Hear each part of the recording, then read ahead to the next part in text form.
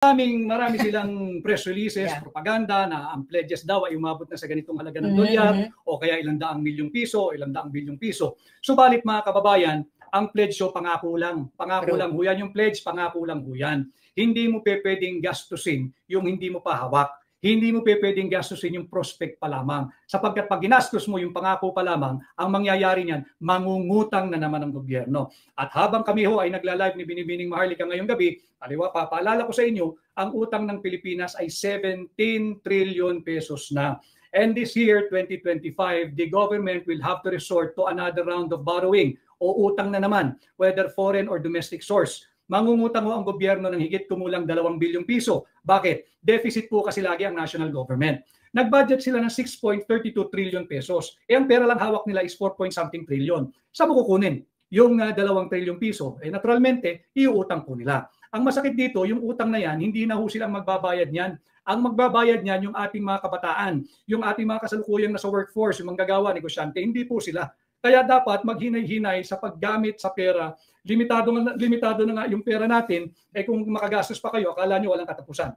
So, may nakarating sa akin information na i-share ko na rin sa ating mga viewers, na ang ninanakaw nilang pera galing sa kaban ng bayan ay tinatransfer nila through cryptocurrency. So, anong masasabi mo dyan, Attorney Vic? Yan ba ay based sa iyong mga naulinigan o kalaman? Doable ba yan? Doable yan kung ilalabas mo yung pera at hindi rin naman malayo yan dahil nagiging very widely accepted na itong cryptocurrency, yung non-fiat currency. So, maaari siguro. At yun nga, ating pinapapaliwanag sila, saan nyo ba dinadala yung pera ng Pilipino? Palaki ang utang, palubo ng palubo. Ang pinakamadali ho sa kahit sinong gobyerno, magpalago ng utang. Bakit? Utangin mo lang yan Utangin mo lang yan Pero dapat tayo ay prudent tayo. Yung sinasabi nilang prudent daw sila sa programming, sa budgeting at sa spending, hindi po totoo yun. Kung prudent sila sa programming, sa budgeting at spending, bakit ninyo hinahayaan ng vice scam na i-hijack ang panukalang budget ng executive? Nawala na yung panukalang budget ng executive. Budget na po ito ng vice scam. Bawal yun, unconstitutional yun. Kaya nga lagi nating sinasabi,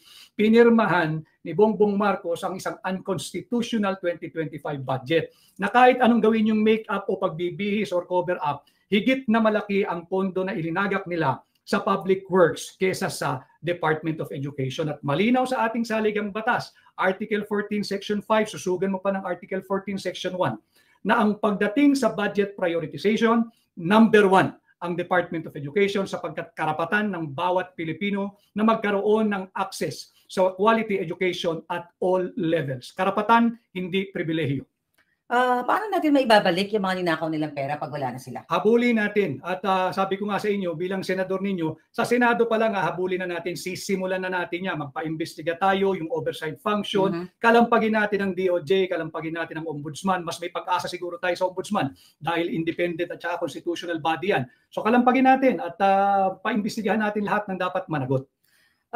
Sa interview mo kay Ms. Karen Davila, tinanong ka niya na kung tama yung pagkaalala ko na parang nag-betray ka daw sa mga Marcos. So kailan ka o kailan mo talaga sinuportahan ang mga Duterte? 2016 pa. I have campaigned for President Rodrigo Duterte then in 2016 at ang aking busy noon, yung ating naging kaibigan pareho.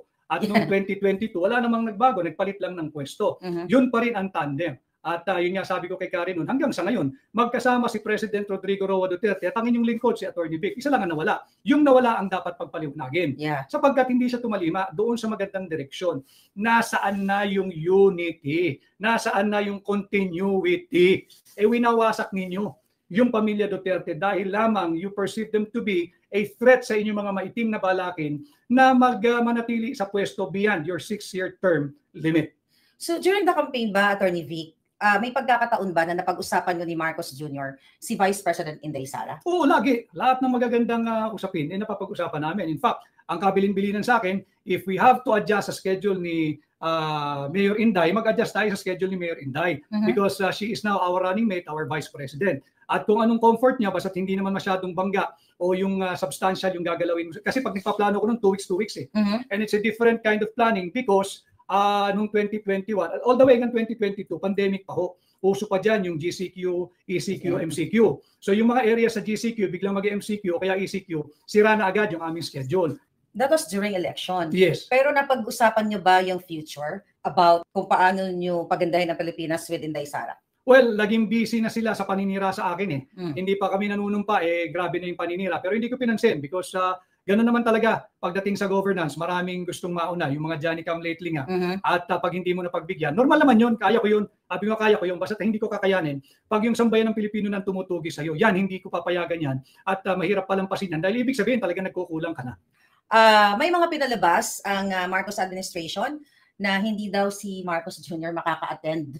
Hindi daw siya makaka-attend, pero ang totoo, hindi siya imbitado. Ano, Attorney Vic, sa tingin mo itong mga optics na ginagawa ng Administrasyong Marcos? Siyempre, they want to save face at magmukha pa rin silang mahalaga at importante sa world stage. Sapagkat yun nga, yung nangyayari kasi sa Pilipinas, wala tayong diferensya sa ating mga kaibigan at matagal ng alyadong Amerikano. Subalit, hindi interes ng Pilipino na sumabak dyan sa isang napipintong armadong digmaan laban sa China.